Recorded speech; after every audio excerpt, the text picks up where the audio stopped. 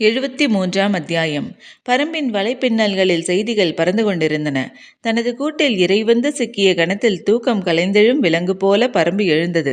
சிக்கிய இரையால் ஒரு பொழுதும் தப்ப முடியாது என அதற்கு தெரியும். தாடை கிழிவதைப் போல வாயை பிளந்து கொட்டாவி விட்டபடி மெல்ல இரை நோக்கி நகர்ந்து கொண்டிருந்தது பரம்பு.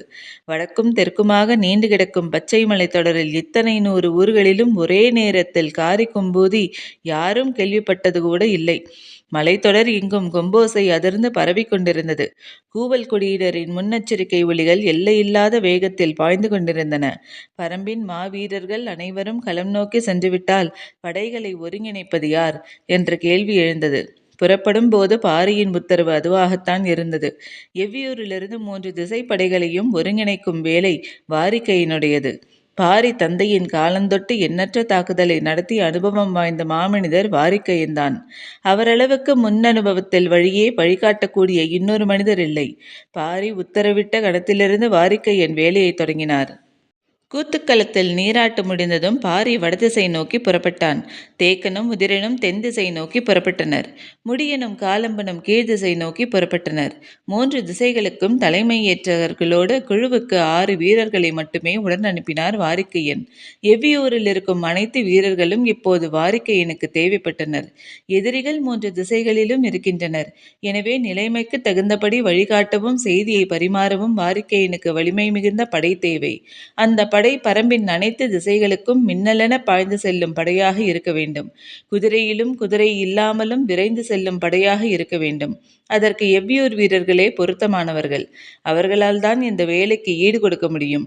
போர்க்களத்தில் இணையற்ற வீரத்தை வெளிப்படுத்தக்கூடிய எவ்வியூர்காரர்கள் யாரையும் போர்க்களத்துக்கு அனுப்ப முன்வரவில்லை வாரிக்கையன்.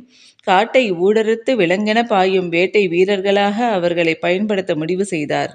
களத்தில் போரிடுபவர்களுக்கு தேவையான படைகளையும் ஆயுதங்களையும் தடையின்றி வழங்க வேண்டும். நெருக்கடியில் அவர்களுக்கான உத்தரவை வழங்க வேண்டிய பொறுப்பும் வாரிக்கையினுடையது. உத்தரவிட்ட கணத்தில் கூத்துக்களத்திலிருந்து எல்லோரும் போர்மனை நோக்கி பாய்ந்து சென்ற போது தனித்திருந்த வாரிக்கையனின் முன்னால் எண்ணிலடங்காத கேள்விகள் உருத்திரண்டு நின்றன. எதையும் செய்து முடிக்கக்கூடிய அனுபவ அறிவால் ஒவ்வொன்றுக்கும் விடை கண்டார். ஒரே நேரத்தில் பரம்பின் 3 முனைகளிலும் போர் நடத்திய அனுபவம் இதுவரை யாருக்கும் இல்லை. இந்த பெருந்தாக்குதலை எப்படி ஒருங்கிணைப்பது? செய்திகளை விரைவாக பரிமாறிக்கொள்ள வழி என்ன என்று சிந்தித்தபடி தனது முதல் உத்தரவை அதிகாலை பிறப்பித்தார். சேரன் பாடி வீடமைத்திருக்கும் போர்முனையின் நாயுமலை தொடங்கி எவ்வியூர் வரை செய்தி பரிமாற்றம் பின்னலை உருவாக்க கூவல் குடியினருக்கு உத்தரவிட்டார். மிக நீண்ட தொலைவை கொண்ட இந்த பரப்பில் செய்தியை பரிமாறுவது மிக கடினமான பணி. ஏனென்றால் கூவல் குடியினரின் எண்ணிக்கை மிக குறைவு. ஆனாலும் அவர்கள் அதற்கு ஆயத்தமாயினர். மற்ற 2 முனைகளும் இந்த அளவு ஆபத்து கொண்டவை அல்ல என்பது வாரிக்கையனின் கணிப்பு. அதனால்தான் கூவல்குடி முழுமையும் ஆயிமலை நோக்கி அணிவகுக்கச் செய்தார். எவ்வியூர் பாட்டாப்பிரையிலிருந்துதான் இந்த உத்தரவுகள் பிறப்பிக்கப்பட்டு கொண்டிருந்தன. பரம்பில் உள்ள ஊர்களில் மிக அதிக எண்ணிக்கை தென் திசையில்தான் உள்ளது. அந்த திசையில் இருந்த 120 ஊர்களும் காரிக்கொம்பு ஊதப்பட்டது. தேக்கனின் சொல்லுக்காக அவ்வூரினர் காத்திருந்தனர். கீழ்திசை ஊர்களில் 4 1 பங்கு ஊர்களை மட்டும் வேட்டுவன்பாறைக்கு வர உத்தரவிட்டான் முடியன். வடதிசைதான் மிக குறைவான எண்ணிக்கையில் ஊர்கள் இருக்கும் பகுதி. மொத்தம் இருப்பதே 67 ஊர்கள்தான். அந்த ஊர்களில் இருக்கும் வீரர்களை கொண்டுதான் 1000த்திற்கும் அதிகமான உள்ள சோழப்படையை பாரி முறியடித்தாக வேண்டியிருக்கும் என மற்றவர்கள் எண்ணிக்கொண்டிருக்கும் போது அதிலுள்ள 24 ஊர்களை மட்டும் ஆயத்தமாகும்படி செய்தி அனுப்பினான் பாரி. எவ்வியூர் வீரர்கள் திசைதோறும் செய்திகளை கொண்டு சென்றனர். குதிரை பாதைகள் இரவு பகலாக இயங்கிக் கொண்டிருந்தன.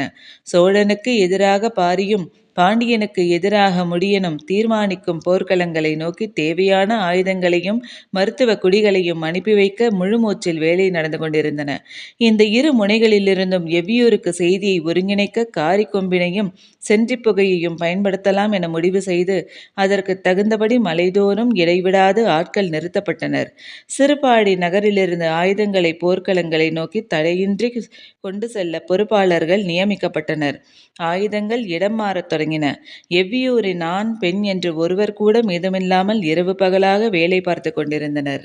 பரம்பின் நடுப்பகுதியில் இருந்த 114 ஊர்களும் உத்தரவின்றி தாக்குதலுக்கு செல்ல வேண்டாம் என்று கூறப்பட்டுவிட்டது. ஊரின் வீரர்கள் எல்லோரையும் ஆயத்த நிலையில் இருக்கச் சொன்னார் வாரிக்கையன். தேவையொட்டி எந்த களத்துக்கும் அவர்கள் செல்ல வேண்டியிருக்கும். இது ஒரு புது அனுபவம். எனவே எல்லோரும் மகிழ்ந்தும் விரைந்தும் செய்தனர். ஊரார்கள் எல்லோரும் ஒன்று கூடி போர்க்களம் நோக்கி ஆயுதங்களை எல்லை பிரித்து கைமாற்றினர். மருத்துவ குடிகளும் ஆயுதங்களோடு சேர்ந்து இடம்பெயர்த்து கொண்டிருந்தன. கோடை காலமாதலால் நீராதாரங்களை குறிவைத்தே பாதைகளை வகுத்து கொண்டனர். எவ்வளவு மறுத்தும் கபிலர் கேட்கவில்லை. தாக்குதல் நடக்கும் இடத்துக்கு வரவில்லை. அருகில் இருக்கும் ஊரில் இருந்து கொள்கிறேன் என்று விடாப்பிடியாக சொல்லியதால் அவரை தன்னுடன் அழைத்துச் செல்ல சம்மதித்தான் பாரி. 3ஆம் நாள் இரவு பாரியும் கபிலரும் சூலூரை அடைந்தனர். விடைபெயர் நின்று கொண்டிருந்தது ஊர். எழுவனாற்றில் எதிரிகளின் படை நுழைந்ததும் தாக்குதலை உத்தரவை சூலூருக்கல்லவா வழங்கியிருக்க வேண்டும் என ஊர் பெரியவர்கள் கோபங்கொண்டிருந்தனர். எதிரியின் படையை யாரும் தாக்க வேண்டாம், எல்லோரும் அவரவர் ஊரிலே நிலை கொள்ள வேண்டும் என பாரியிடமிருந்து வந்த முதற் செய்தியை சிரிக்க முடியாமல் திணறிக் கிடந்தன வடதிசை ஊர்கள். முன்னிரவு நேரத்தில் 6 வீரர்களோடு பாரியும் கபிலரும் வந்திறங்கிய போது வரவேற்றவர்களின் முகத்தில் சினமே நிலை கொண்டிருந்தது.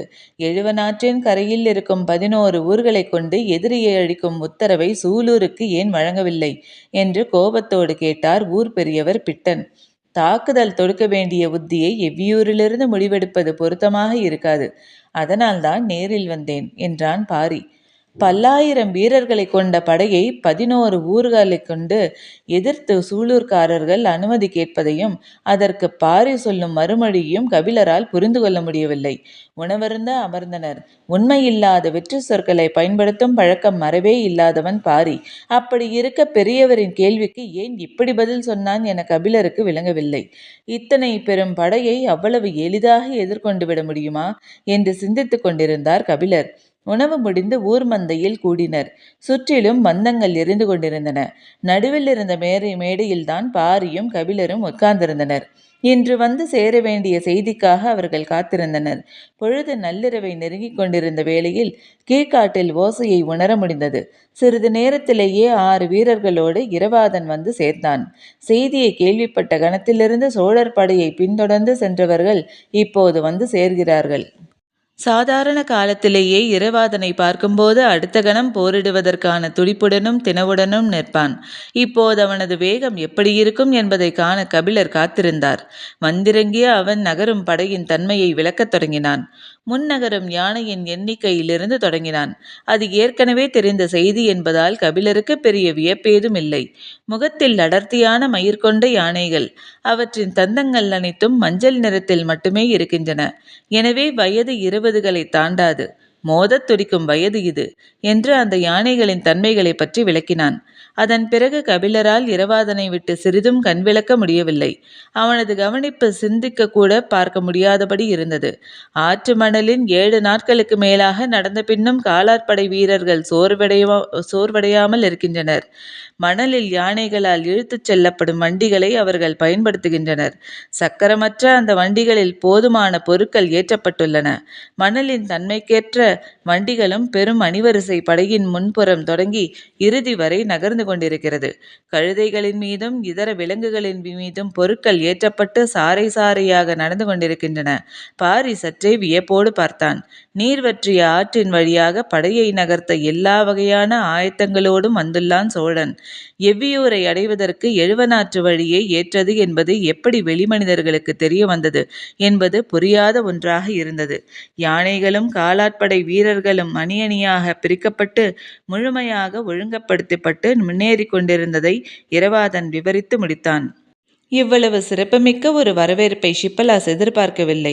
அவனது நாவாய் புகாரின் துறைமுகத்துக்குள் நுழைந்தது முதல் அரண்மனைக்குள் அவன் காலடி எடுத்து வைப்பது வரை சோழவேந்தன் அவனை திகைப்புறச் செய்தான். கல்ஃபாவை கண்டு பேச புகார் நகரத்து பெருவணிகர்கள் எல்லோரும் ஆயத்த நிலையில் இருந்தனர். ஆனால் பிறர் கண்டு பேசவெல்லாம் மாமன்னர் தரும் விருந்து முடிவுற்ற பிறகுதான் என்று அமைச்சன் வளவன்காரி தெரிவித்து விட்டான். ஆனால் விருந்து என்றைக்கு முடிவுறும் என்றுதான் யாருக்கும் தெரியவில்லை. இன்று வரை யவனத்தினுடனான வணிகத்தில் பாண்டியன் சேரன் ஆகிய இருவருக்கும் அடுத்த 3ஆம் நிலையில்தான் சோழன் இருக்கிறான். இந்நிலையில் ஷிப்பலாஸ் போன்ற யவன தேசத்தின் மாமனிதன் புகாருக்கு வருவதை பெரும் வாய்ப்பாக கருதினர். குடகடலில் வீசும் காற்று கல்ஃபாவின் கப்பலுக்காகவே வீசுவதாக பேச்சு வழக்குண்டு. கல்ஃபா யவனத்தின் மாபெரும் வணிகன். அவனது வணிக செயலாற்பாட்டில் இணைந்தே பெரும்பாலான தமிழ் வணிகர்கள் இருந்தனர். ஷிப்பலாசும் கல்ஃபாவும் புகார் துறையில் வந்து இறங்கியதை பெரும் வாய்ப்பாக பலரும் கருதினர். மாமன்னன் சோழவேந்தனும் அவ்வாறே எண்ணினான். வந்திறங்கிய 3ஆம் நாள்களும் ஆட்டம் பாட்டங்கள் இடைவெளியின்றி நடந்தேறின. சோழ பேரரசன் செங்கணச் சோழன் படை நடத்தி போயுள்ளான். எல்லா விருந்துகளிலும் அவன் தந்தை சோழவேலனே கலந்து கொண்டார். ஏறத்தாழ 15 ஆண்டுகள் சோழ நாட்டை ஆண்ட சோழவேலன் யவன வணிகத்தை வளப்படுத்த எண்ணிலடங்காத முயற்சிகளை செய்தவர். அதனால்தான் ஷிப்பலாசும் கல்ஃபாவும் வருகிற செய்தியை அறிந்ததிலிருந்து பெரும் உற்சாகத்தோடு விருந்துகளுக்கான ஏற்பாடுகளை செய்ய உத்தரவிட்டார். விருந்தினூடே பரம்புக்கு படை நடத்தி சென்றிருக்கும் செங்கணச் சோழனை பற்றி பேசப்பட்டது. தன் மகன் வெற்றி கொண்டு திரும்பும் வரை அவர்கள் இருவரும் புகாரில் தங்கியிருக்க வேண்டும் என்று கேட்டுக்கொண்டார் சோழவேலன். தனது பயணம் கடற்காற்றை அடிப்படையாக கொண்டு வகுக்கப்பட்டது. எனவே நீண்ட காலம் தங்கியிருக்க முடியாது என்று சொன்ன ஷிப்பலாஸ், வேந்தர் எந்த மாதத்துக்குள் திரும்புவார் என எதிர்பார்க்கிறீர்கள் என கேட்டார். இந்த போரின் கால அளவை மிக துல்லியமாகவே என்னால் சொல்லிவிட இயலும். ஆனால் அது குறித்து விருந்து மண்டபத்தில் பேச வேண்டாம். நாளை எனது மாளிகையில் விரிவாக பேசுவோம் என்றார் சோழவேலன். மறுநாள் அதிகாலை புறப்பட்டான் பாரி. சூலூரின் மாவீரர்கள் ஆயத்தமாயினர். அவர்களை 2 கூறுகளாக பிரித்தான். இரவாதன் தலைமையிலான ஒரு பகுதி வீரர்களை எழுவனாற்றின் வலக்கரைக்கு அனுப்பினான். பிட்டன் தலைமையிலான வீரர்களை எழுவனாற்றின் இடக்கரையில் பயணிக்க உத்தரவிட்டான். வலக்கரை பகுதியில் இருக்கும் 11 ஊர்களை இரவாதன் அழைத்து கொள்ள வேண்டும். இடக்கரையில் இருக்கும் 13 ஊர்களை பிட்டன் அழைத்து கொள்ள வேண்டும். எதிரிகளின் படை நகர்வுக்கு ஏற்ப இருபுறமும் மேற்கு காடுகளில் மறைவாக அவர்கள் வரவேண்டும். இடப்புற மலைமுகடுகளில் பயணித்தபடி எதிரிப்படையின் நகர்வுகளை கவனித்து வருவான் பாரி. உரிய நேரத்தில் அவனது உத்தரவுக்கேற்ப 2 பக்கப் படைகளும் தாக்குதலை தொடுக்க வேண்டும் என்று விளக்கப்பட்டது. பாரியோடு எவ்வியூரிலிருந்து வந்த 6வரும் சூலூர் வீரர்கள் 6வருமாக 12 பயணப்பட்டனர். கபிலர் சூலூரில் தங்க வைக்கப்பட்டார். குதிரை பாதையில் வெப்புமலையின் முகடுகளில் பயணிக்கப்பட்டான் பாரி. மலையின் அடிவாரத்தில் எழுவனாற்று மணல் காலடி தடங்களால் முழுவதும் புரண்டு கிடந்தது. அதை பார்த்த வண்ணம் ஆற்று போக்கினிலே போய்கொண்டிருந்தான். அவனது மனதில் நீங்காத கேள்வி ஒன்று துருத்தி கொண்டே இருந்தது. எழுவனாற்றின் வழித்தடத்தை எப்படி அறிந்தான் இவன்? ஆங்காங்கே இருக்கும் ஊரார்கள் பாரியை கண்டு சோழர் படையின் தன்மைகளை விளக்கியபடி இருந்தனர். எல்லாவற்றையும் கேட்டபடி அவன் பயணித்து கொண்டே இருந்தான். கோடைக்காலம் உச்சம் தொட்டு கொண்டிருந்தது. காய்ந்த புற்களால் காட்டின் மேனியெங்கும் மஞ்சள் பரவி கிடந்தது. ஆனால் இத்தனை 1000 பேர் உள்ள படையை நடத்தி கொண்டு ஒருவன் நம்பிக்கையோடு முன்னேறி கொண்டிருக்கிறான். அன்று நண்பகல் முள்ளூர் பெரியவர் பாரி வரும் குதிரை பாதையில் காத்திருந்தார். முள்ளூரை சேர்ந்த வீரர்கள் எல்லோரும் பிட்டனோடு இணைய போய்விட்டனர். ஊர் பெரியவர் மட்டும் பாரியிடம் சொல்ல வேண்டிய செய்திக்காக முகட்டின் மீது காத்திருந்தார். மிகவும் இடுக்கான பாதையின் வழியே குதிரைகள் வந்து கொண்டிருந்தன. பாதையோர பாறையின் மீது அந்த பெரியவர் அமர்ந்திருந்தார். தொலைவிலிருந்து பார்த்தபோது கழுகு ஒன்று பாறையின் மீது உட்கார்ந்திருப்பது போல தெரிந்தது. பாரியை பார்த்ததும் பாறையின் மீதிருந்து சரிந்து இறங்கினார் கிழவர். குதிரையை விட்டு இறங்கிய பாரி அவரை அணைத்து மகிழ்ந்தான். எப்போதும் மகிழ்வோடு இருக்கும் அவரின் முகத்தில் சிறு கவலை இருப்பதை பாரி பார்த்த கணமே புரிந்து கொண்டான். இருவரும் பாறையின் பின்புற நிழலில் பேசியபடி அமர்ந்தனர். படையின் எண்ணிக்கை பொருட்டல்ல, அதன் தன்மை சற்றே வியப்பூட்டுவதாக இருக்கிறது. அதை உன்னிடம் நேரில் தெரிவிக்கவே வந்தேன் என்றார். என்ன என்று கேட்டான் பாரி. குறும்பியூர் கணவாயின் வழியாக அவன் எழுவனாற்றுக்குள் நுழைந்து 10 நாட்களுக்கு மேல் இருக்கும். இந்த கொடுங்கோடையிலும் இவ்வளவு பெரிய படைக்கான நீர் ஆதாரத்தை அவனால் வற்றியே இவற்றால் உருவாக்கி கொள்ள முடிகிறது என்றார். பாரி அவர் சொல்ல வருவதை கவனமாக கேட்டுக்கொண்டிருந்தான். சொல்லி முடித்த வார்த்தையை தொடராமல் நிறுத்தி கொண்டார் கிழவர். சற்ற இடைவெளிக்கு பிறகு பாரி கேட்டான். ஆறு காய்ந்து கிடந்தாலும் அடிமணலுக்குள் இருக்கும் ஊற்று நீரை பயன்படுத்த முடியும் தானே? கிழவர் சொன்னார். இல்லை பாரி, அவர்கள் ஆற்று மணலில் இங்கும் அங்குமாக எல்லா இடங்களிலும் குழி தோண்டி நீர் எடுக்கவில்லை. நாள்தோறும் தங்கும் இடத்தை மையப்படுத்தி முன்புறம் 2 கிணறுகளும் பின்புறம் 2 கிணறுகளும் வெட்டுகின்றனர்.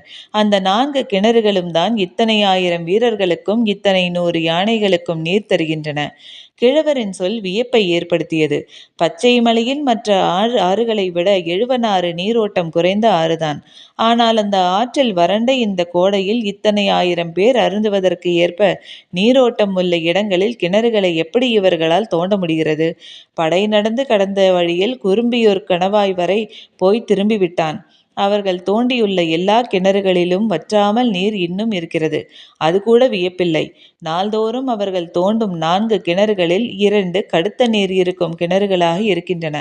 பாரியின் முகக்குறிப்பில் சிறிது மாற்றம் உருவானது. கடுத்த நீர் அருந்திய யானைகளுக்கு எளிதில் தாகம் ஏற்படாது என்று கிழவர் சொன்னபோது தெரியும் என்பது போல தலையசைத்தான் பாரி. வறண்ட ஆற்றில் இவ்வளவு துல்லியமாக நீரையும் நீரின் தன்மையையும் கண்டறிந்து பயன்படுத்தியபடி அவர்கள் முன்னேறுகின்றனர். போரிடும் அரசப்படை என்று மட்டும் இந்த கணித்துவிட வேண்டாம். பல்வேறு ஆற்றல் கொண்டவர்கள் இதற்குள் இருக்கின்றனர் என்றார் கிழவர். பாரியின் சிந்தனை மீண்டும் முதற் புள்ளிக்கே போனது. பெரும்படைக்கு தேவையான நீர்வளம் இருக்கும் பாதையாகத்தான் இதை தேர்வு செய்தார்களா, அல்லது இதுதான் சரியான பாதை என தெரிந்து தேர்வு செய்தார்களா என்று எண்ணங்கள் ஓடிக்கொண்டிருந்த போது கிழவர் சொன்னார், எனது சிந்தனைப்படி நாளை இரவு இவர்கள் சுழிப்பள்ளத்தை அடைவார்கள். அங்கு எழுவனாற்றோடு வட்டாறு வந்து கலக்கிறது. அகலத்தில் எழுவனாற்றை விட வட்டாறு பெரியது. புதிதாய் பார்ப்பவர்களே அதுதான் மூல ஆறு என்று நினைப்பார்கள். இவர்களும் அப்படி நினைத்து அத்திசையில் திரும்பிவிட்டால் எவ்வியூருக்கு தொடர்பே இல்லாத திசையிலே பயணப்படுவார்கள். அது மட்டுமல்ல, வட்டாறு கடும் பாறை நிலங்களை வழித்தடமாக கொண்டது. எளிதில் இவர்களால் நீரை கண்டறிய முடியாது. தனது போக்கிலே இப்படை அழிக்கவும் சிக்கிக்கொள்ளவும் வாய்ப்புள்ளது என்று கிழவர் சொன்னார். ஆனால் பாரியின் உள்மனதுக்குத்தான் தெரியும். அவன் எழுவனாற்றின் வழியே எவ்வியூர் நோக்கி முன்னகர்ந்தால் கூட ஆபத்தேதும் இல்லை, வட்டாற்றில் திரும்பினால்தான் ஆபத்தென்று. மறுநாள் சோழவேலனின் விருந்து மண்டபத்தில் சந்தித்தனர். வழக்கம் போல் பரிமாறல்களின் பொங்கி வழிந்து கொண்டிருந்தது தேரல். சோழவேலன் தனது நாட்டின் சிறந்த கல்லை கொடுத்தபடி பேச்சைத் தொடங்கினான். உடன் அமைச்சர் வளவன்காரி இருந்தார். கடலோடிகளின் குடிக்கு இணை சொல்ல முடியாது. உள்ளிறங்கும் நீர்மட்டம் உயரட்டும் என காத்திருந்த ஷிப்பலாஸ் பொருத்தமான நேரத்தில் தொடங்கினான். திரையர்களை வெற்றி கொள்ள முடியாமல் சோழர் படை பாதியில் திரும்பியதாக கேள்வியுற்றேன். அப்படியிருக்க இப்போது பரம்பின் மீது படையெடுத்து போய் எப்படி வெற்றி கொள்ள முடியும்? திரையர்கள் பற்றி வெளியுலகுக்கு அதிகாலம் தொட்டே அதிகம் தெரியும். வெளியுலகுக்கு தெரியாத, ஆனால் திரையர்களை விட வலிமையான குடியினர் கிழக்கு திசையில் உள்ள தாளமலையில் உள்ளனர். அவர்களின் பெயர் நெடுங்காடர்கள். திரையர்களை கூட நெருங்க முடியும், ஆனால் நெடுங்காடர்களை நெருங்கவே முடியாது என்றுதான் செய்திகள் சொல்லப்பட்டன. ஆனாலும் செங்கனச்சோழன் துணிந்து தாளமலையை முற்றுகையிட்டான். பல மாத கால முற்றுகை. இயற்கையான அமைந்த மழை வெள்ளத்தால் நெடுங்காடர்கள் குடியிருப்பு பகுதியில் பெரும் பாறை சரிவு ஏற்பட்டது. அவர்கள் ஒருங்கிணைய முடியாத நிலை உருவானது. அதை சாதகமாக பயன்படுத்தி நெடுங்காடர்களை முழுமையாக வீழ்த்த முடியும் என்ற நம்பிக்கை உருவானதால்தான் திரையர்களை நோக்கி நகர்ந்த படைப்பிரிவின் தலைவன் திதியனை பின்வாங்கி வர உத்தரவிட்டோம். செங்கன சோழன் மொத்த படையையும் ஒருமுகப்படுத்தி நெடுங்காடர்களை சூழ்ந்து தாக்கினான் என்றார். நெடுங்காடர்களை பற்றி இதுவரை ஷிப்பலாஸ் கேள்விப்பட்டதில்லை. பேச்சு அதை சுற்றியே இருந்தது.